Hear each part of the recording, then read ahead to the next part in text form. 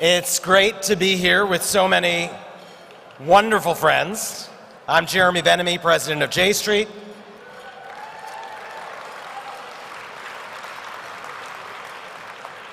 And I will be brief. We're running a little late tonight because the House and the Senate had votes which delayed the start of our program, so I apologize. And you've had an opportunity to hear from a number of wonderful folks already. There's very little, in a sense, that I can add, but I do want to at least add my welcome to Mort's and my thanks to all those who made this weekend and this incredible evening possible. Some of you weren't able to be with us for the whole conference. You missed an amazing event.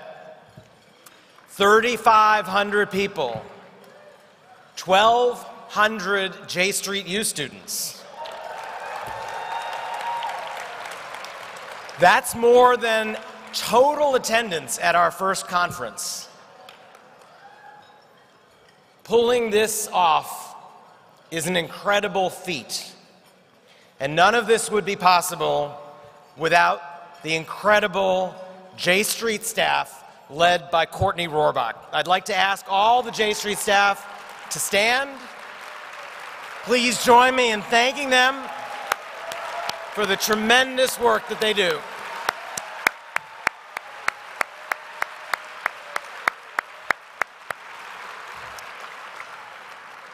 I also want to thank J Street's leadership, in particular our board of directors led by Mort Halperin, as well as the sponsors and hosts who've made this our most successful conference and gala ever.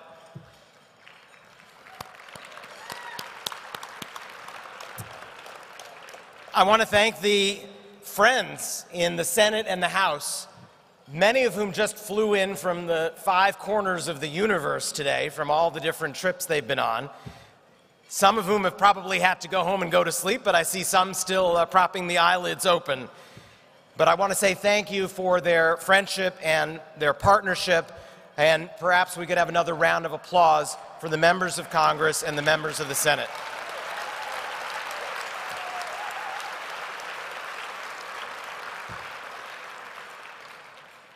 To Alex and to Dan.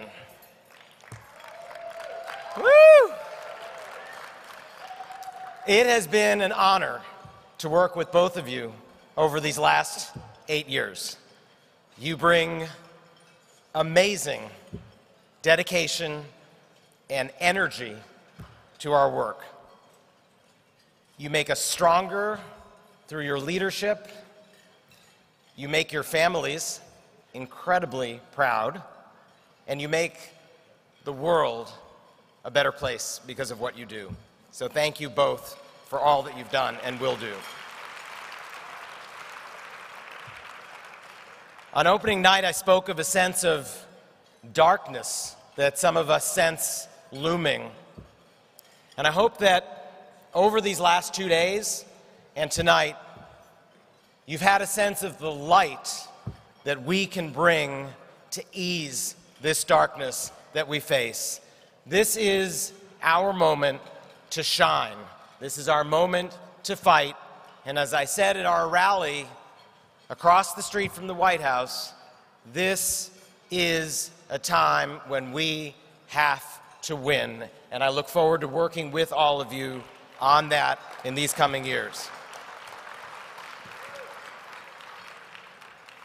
My role here tonight is short.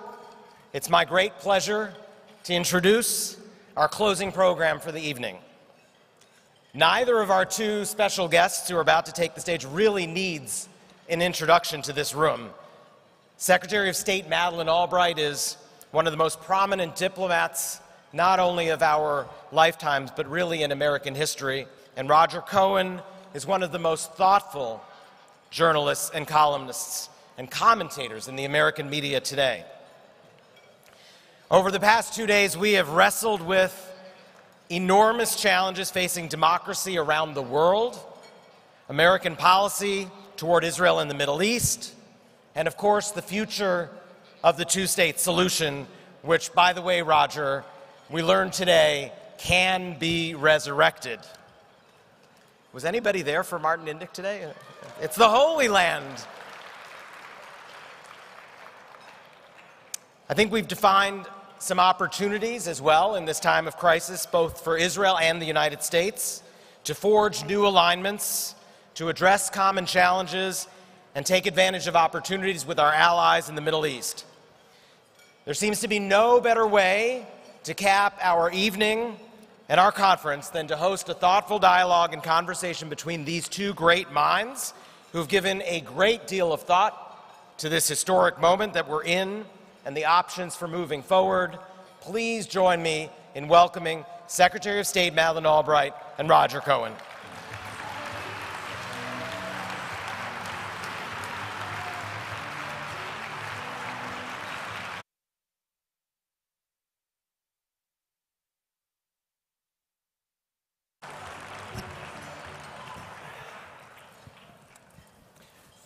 Thank you very much, Jeremy. Thank you all.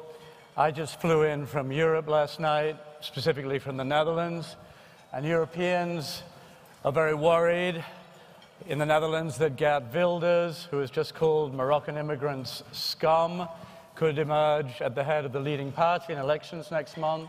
There's concern about Marine Le Pen in France, and everywhere there's great anxiety about the surge in bigotry, in nationalism, in intolerance, in the weird forces that took Britain out of the European Union. And I must say, coming here today, it has been so uplifting listening to this afternoon to all of you, especially the young, expressing their determination to overcome these forces. And I was put in mind of W.H. Auden's September 1939, where he speaks of the points of light emerging where the just exchange their messages. And this gathering is one large point of light. And speaking of points of light, I'm joined this evening by Madeleine Albright. There can be no greater advocate anywhere for our now threatened liberal world order and for the importance of the United States and US power in maintaining that order, stability, and peace. We were both in Munich together, Madeleine, and it was a pretty strange, almost surreal experience. We had Vice President Mike Pence saying how wonderful NATO is when the President has just said that NATO is obsolete. One felt among the Europeans that they weren't quite sure how to regard the United States. And this, for the first time, of course, whether to see America as friend or foe. And then we had that weirdness about last night in Sweden. What were your feelings at the Munich conference? Did this seem to be some kind of strange watershed? It's great to be here with you, Roger, and this incredible crowd. I'm delighted to be here and just have an opportunity, and I'll answer your question, but let me just say I kind of collect statements that people say to me, and I have a number of them. So, for instance, Ariana Huffington said to me, "I'm so glad you haven't had a facelift," to which it's difficult to answer. And more recently, I spoke to a large group, and a woman came up to me and said, "You were terrific, so clear for somebody your age." So my most recent encounter was with a man in Georgetown a week ago who got off his bicycle and came over and said to me, "Why would you speak to J Street?" And I kind of looked at him and I said, "Because I believe in everything that they do, and I agree with them, and I was honored to be asked to come and speak at J Street."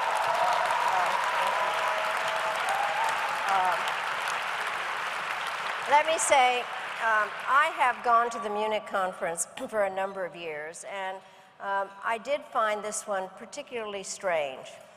As a diplomat, I have been taught that it's not smart or right to go to a foreign country and criticize your own country. So I was pretty careful while I was there, but I can now say what I think.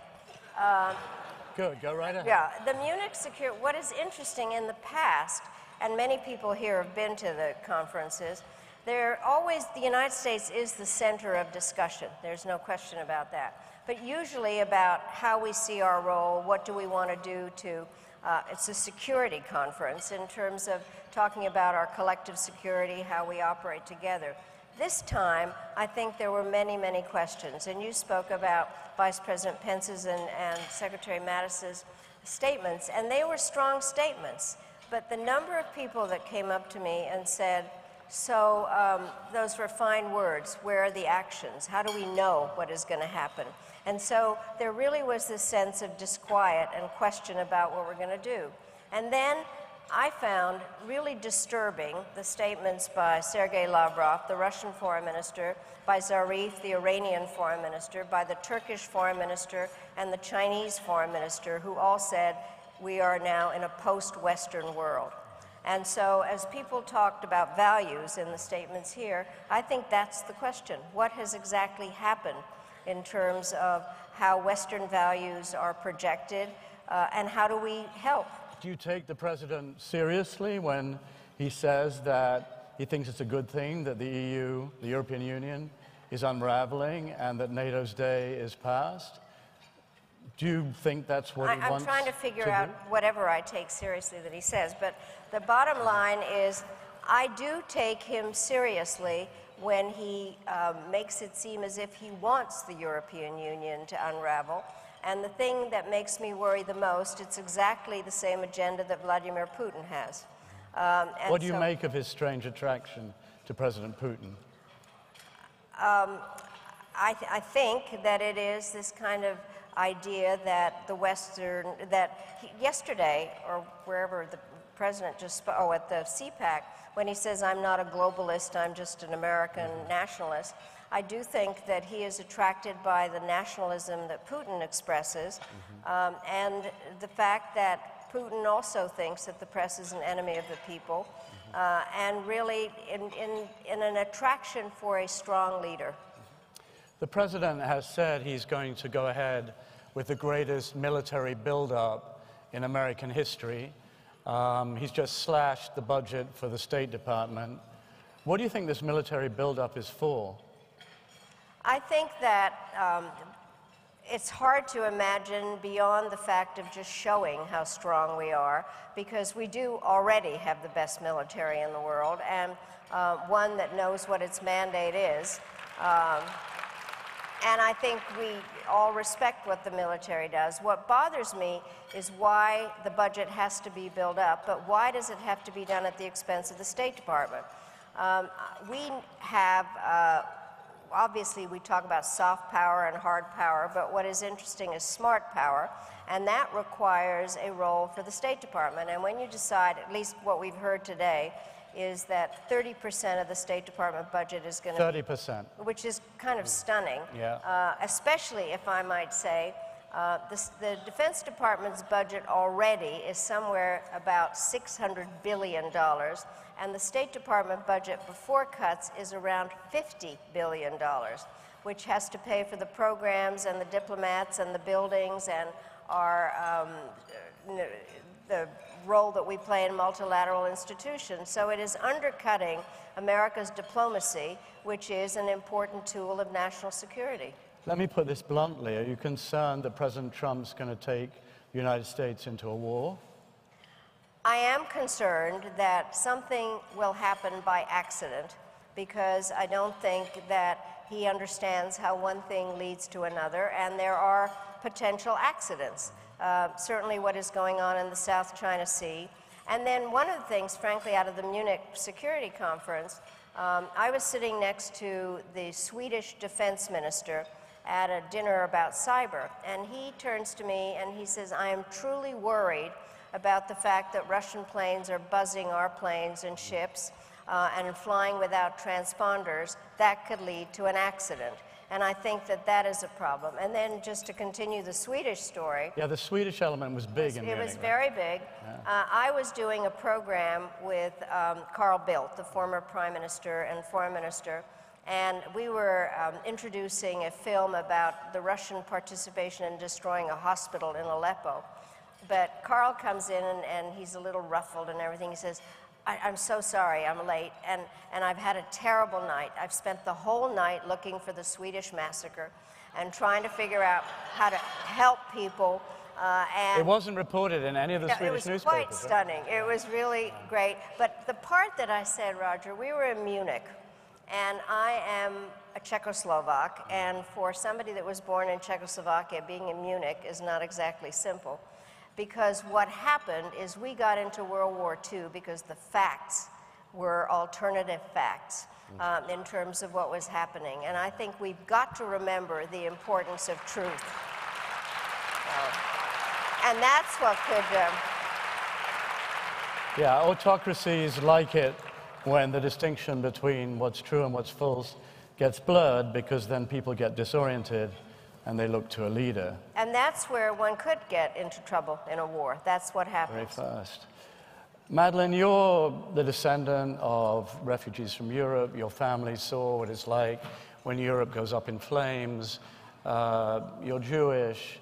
What's it been like for you watching this onset of bigotry, of intolerance, of really transparent anti-Muslim policy, this really appalling ban on immigration from 7 mainly Muslim countries?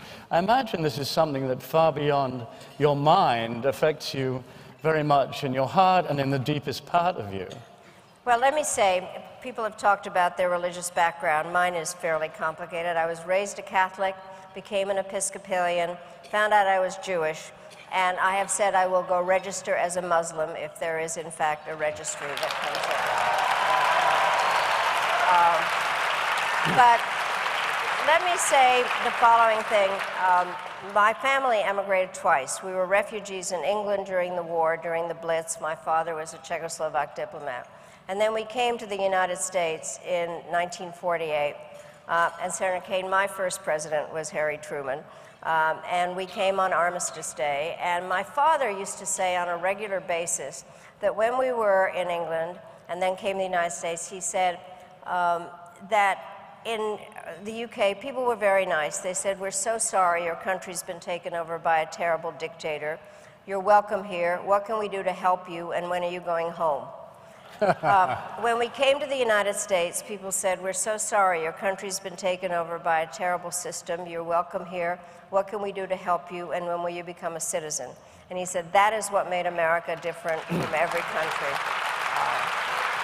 And so I find what is going on now deeply, deeply troubling, where there is a lack of recognition of the strength of diversity of this country and of the real way that people want to contribute and want to become Americans. And so I find the ban and the executive order crazy and dangerous. And one of the things that I think that has come out about it, it actually is counter to our national security.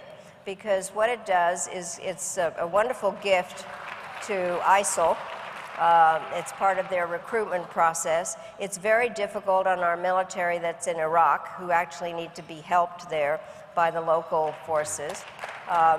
And then also, it is it's undercutting our capability of getting intelligence from the region. And so it is really ill thought out. Badly, on every level. From every single level, aside from being so completely discriminatory and anti-American. I noticed as I sit here that you're wearing 2 pins, a frog and a scorpion, I think. Yes. Now, why would that be? Well, there is this parable, where the scorpion, they're crossing... Maybe you should show everyone. Trying to get across the River Jordan. And the scorpion asks the frog for a ride, and the frog says fine, and then in the middle of the river the scorpion bites the frog and they're both sinking, and the frog says, "Why would you do that?" And the answer is, because it's the Middle East. And so that is why the only answer is a 2-state solution. Well, thank you for ushering us so smoothly into the Middle East. I was looking for a transition there. Of course, the Middle East has very much affected European politics. and the politics of the alliance altogether over the last year and a half as refugees from Syria have, and elsewhere, have poured into Europe and have, in some cases, been scurrilously used by the rightist, populist, nationalist figures that we see emerging around the continent. As you look at the Middle East and as you look at the scale of the conflicts, concentrated in Syria but playing out in Yemen and elsewhere too, what do you feel about the possibility of trying to lessen the conflict, dampen this down? You wrote a paper in November with Stephen Hadley, which said, despite everything, we can envisage a better Middle East. But it seems very far-fetched right now. Well, we've decided, Steve and I, first of all, that a bipartisan foreign policy was actually a good idea. It means the other side has to play. But the bottom line is that we had felt that a lot of the issues in the Middle East have been dealt with fire drills or Band-Aids, and that there really needed to be a longer look at the Middle East, and that the crisis of the Middle East was coming out and affecting all of us, and that the Israeli-Palestinian issue had to be solved for its own sake, but it was not responsible for every problem that ever happened in the Middle East, which I think is a really important point, because the Israelis do get blamed for everything. So the bottom line is that I think that what we were talking about was there are very serious scars in terms of sectarian conflict. The struggle between the Iranians and the Saudis is epic. Very bitter. Very in Munich, bitter. it was very clear the hatred between Iran and Saudi Arabia right now Quite stunning. is visceral. And I think most Americans knew very little about Islam, but certainly differences between Sunni and Shia were not evident to anybody. Also that, frankly, it's hard to end the fighting until there really are political settlements, and that one has to respect the sovereignty of countries, and one has to respect borders, but also there have to be some approaches that find solutions. Of the country, Syria has obviously been turned into a killing ground, and the Russians have played a very large role in that, and the refugees are pouring out, and to some extent, to take what you said even beyond that, the refugees have been weaponized. They have turned into a disruption, that's why I say of the Middle East, from the Middle East, and they are being used to undermine or to look as though they are undermining the political systems in other countries.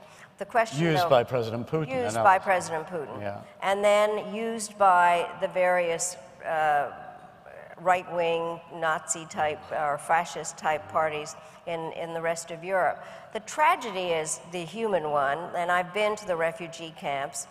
They are, I was just involved in many discussions on this, is we see it as an emergency. Unfortunately, it is a long-term problem and requires a very careful look in terms of what happens in the camps, how you make sure that the young people get an education so that they're not turned into those who just hate, and then see the refugees, and this is something that is a little hard to grasp at this point, but actually as an asset in countries, because these are people that are entrepreneurial. They left and they have picked themselves up, and many of the countries in... Yeah, the Syrian professional class. Unbelievable. Left, yeah. So, but I do think that the issues are ones that are going to have to be dealt with. The thing that we came up with, the Middle East has been told what to do by outside powers for a long time. President Clinton read a lot, and he assigned books to us, and I was assigned... I don't think that's happening now. No. But a book A book? Yes. A tweet. A book? A tweet for a twit. You can get information in books.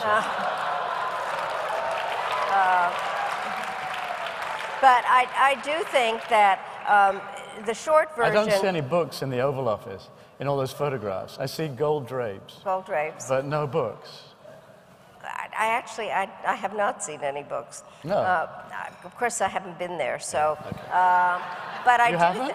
No. But I'll tell you what makes me so sad is I am a very grateful American. And me too. I'm a naturalized American. I went through that ceremony. Same ceremony. And I want to be patriotic about my president. well, and but it's tough right now.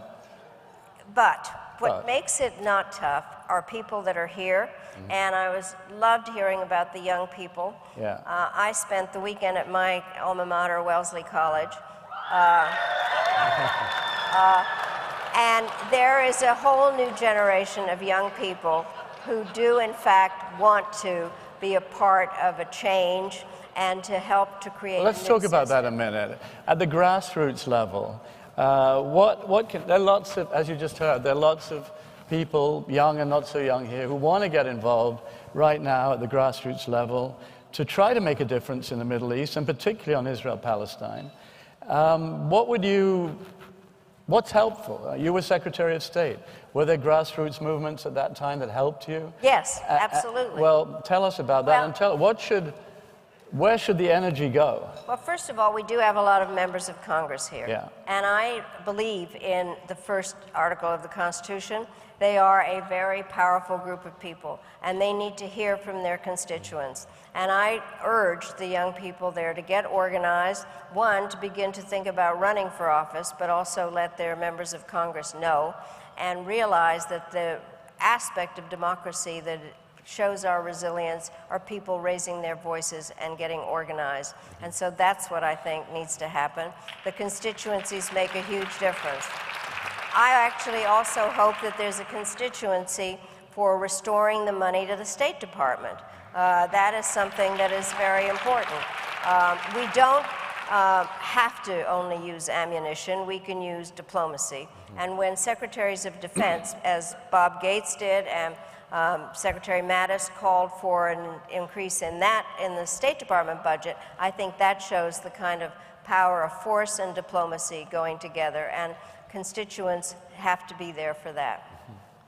Well, J Street played a very important role in making the Iran nuclear deal possible, and I think nearly all of us here in this room agree that that set back in a decisive and very important way the Iran nuclear program.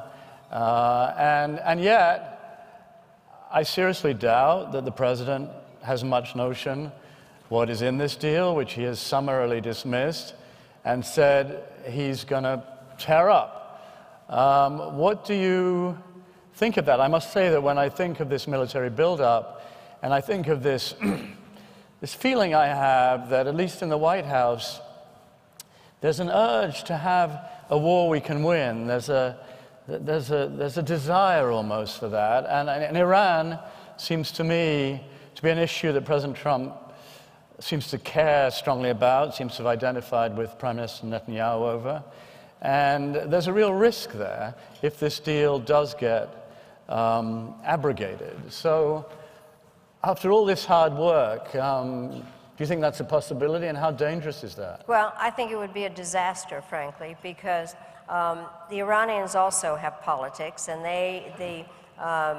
Rouhani, the president, and Zarif are people that wanted a deal. They have their hardliners who would like to use Iran's power in other places. I think it's a good deal, and what it has done is closed a window. Not perfect, but good. No, it's not perfect. Yeah. But what it has done is given us eyes on the Iranians generally in terms of verification. It has international support.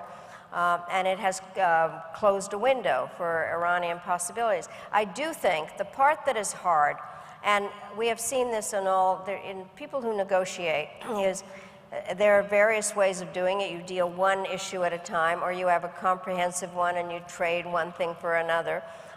That's much harder, and everybody is aware of what Iran is doing in the region that is counterproductive, which is why when we're talking about how to solve the problems there, they are playing a malign role in Syria and various places. But I do think a malign role, but a promising society.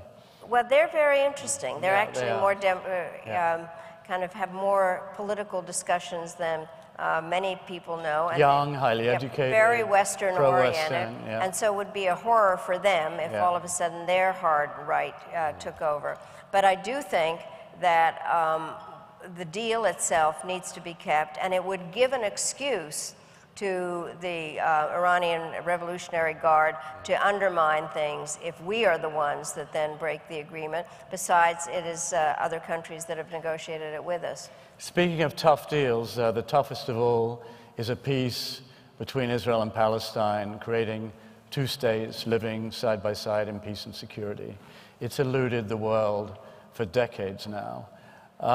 There's some talk that maybe at some point anyway, there could be some kind of outside-in, as it's called, process, whereby the Sunni states, like Egypt, like Saudi Arabia, that are alarmed, as Israel is, by Iran, could join together, possibly to put some pressure on the Palestinians, or at least create a wider scenario within which this eternally elusive deal could possibly be made.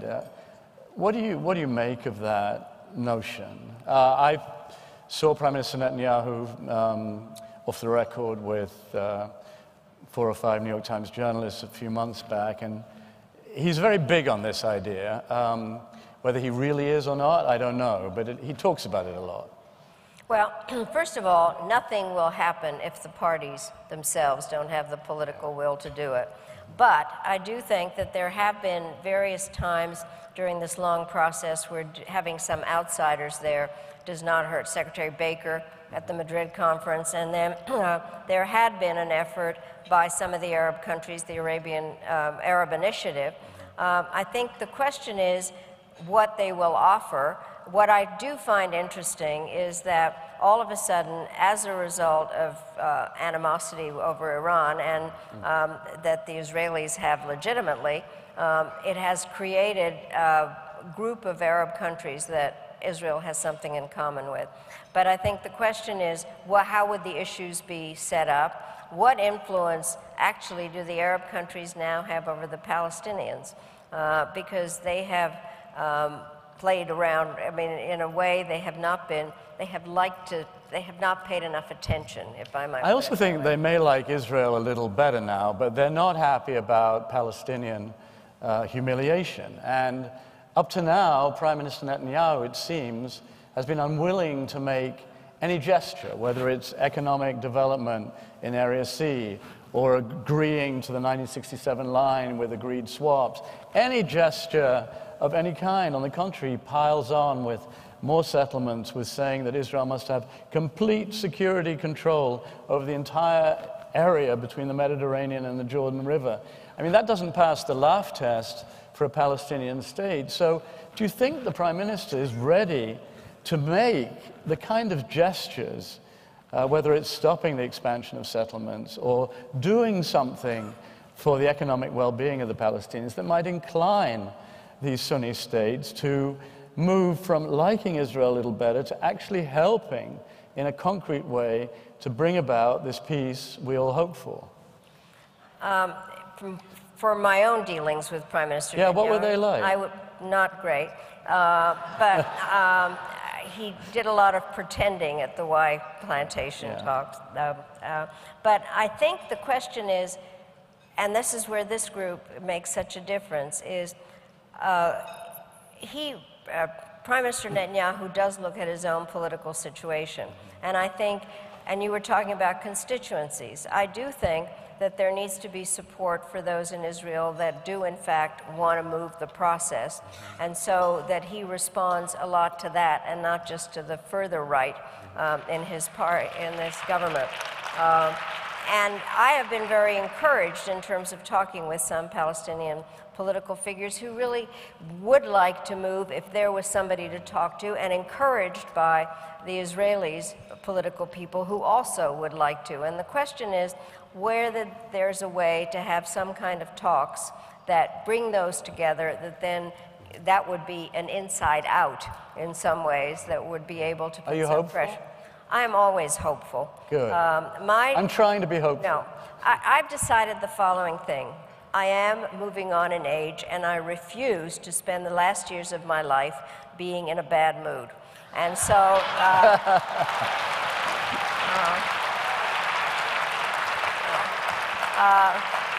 and it took me quite a long time to find my voice. I am not going to be silent.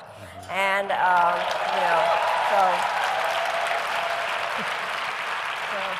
What kind of message does it send to Israelis and Palestinians when we nominate an ambassador who has said appalling things about J Street, who's been a strong supporter of the settlement movement, who is far, far, far to the right, and when the president just glibly talks about one state or two, what kind of message does that send? Isn't it a message that really sends a message that there's no way forward?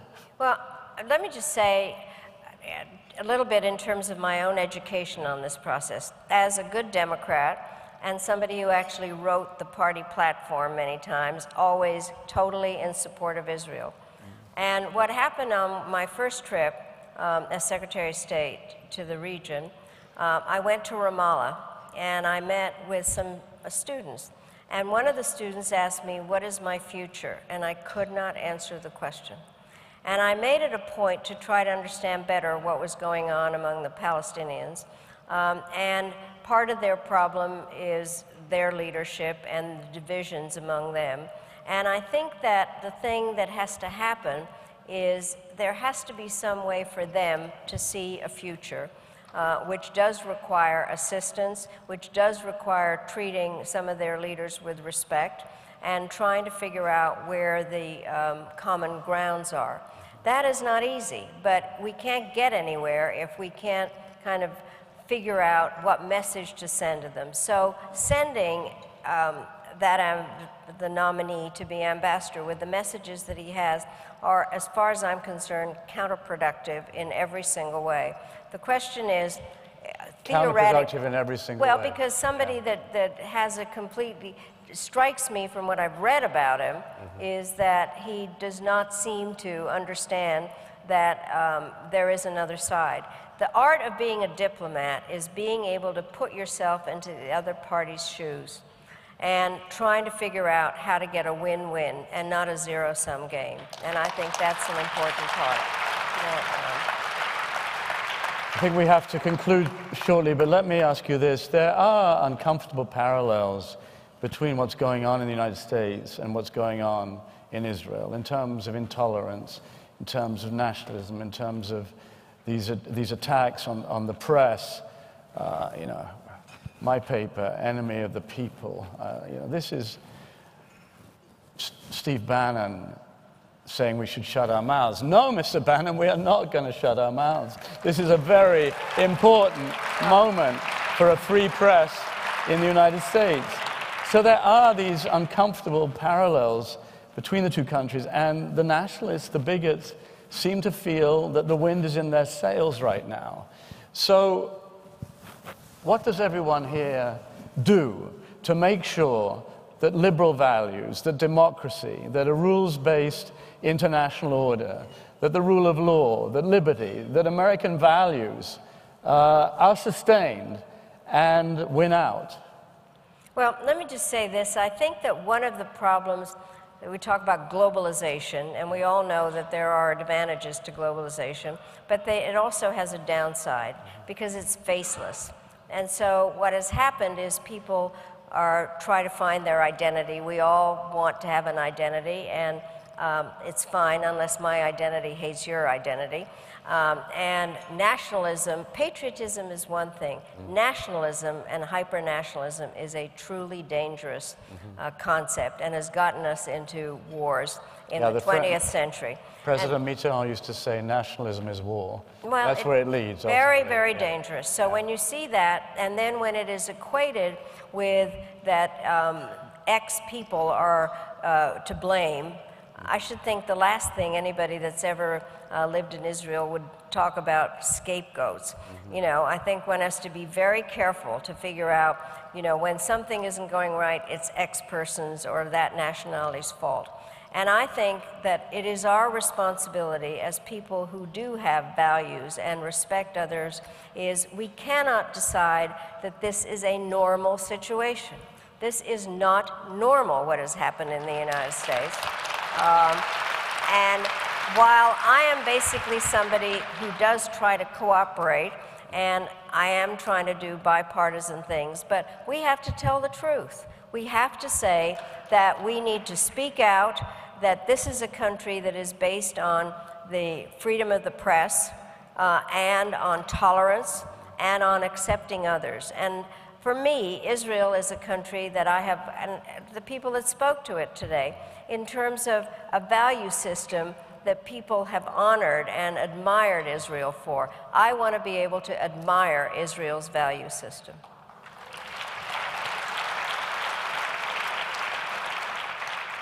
I thought it was interesting hearing Bernie Sanders today in a very deep speech, I thought, referring to 1948 and the hundreds of thousands of Palestinians who lost their home at that point. He didn't actually use the word Nakba, but it was about as close as I think I remember a politician in the United States coming to that. And I do feel there is a new, or maybe I'm just deluded, but I do feel, or I want to feel, that, as you just said, there is emerging a more balanced picture of what's going on in Israel. And if Israel wants to retain the support of the Jewish community in the United States, then it must resist this nationalist lurch and look for where the two peoples can reach agreement and peace. Would you agree? I do. I think we have to find our common humanity. It sounds like a cliche, but the bottom line is the only way is to put ourselves into other people's shoes and see that we all want the same thing, is to be able, actually most people would like to live in the country where they were born and be able to make a living there and to be able to live a dignified life. And I do think that most people do not want to be under the auspices of somebody who's trying to rile them up. What really bothers me about what's been going on, there are divisions in every society, but when the leadership stirs it up for its own purposes and really sets one group of people against another, that is what bothers me. And I would like to hear the President of the United States tomorrow in the State of the Union actually say something that would bring us together in terms of doing things to constantly keep saying, these people are responsible for this, I don't like them, I am an American. So he has done nothing from the inaugural speech on that would indicate that he believes that we are all worthy of respect. No mention of American values in the inaugural speech. Nothing about American values. And by the way, when we were talking about Munich, neither Vice President Pence nor General Secretary, they didn't talk about values. There was no aspect of that. We are strong, but our strength... America is an idea. Very much so. Thank you very much. Thank you. Thank you very much. Thank you all. Thank you. Thank you for everything that you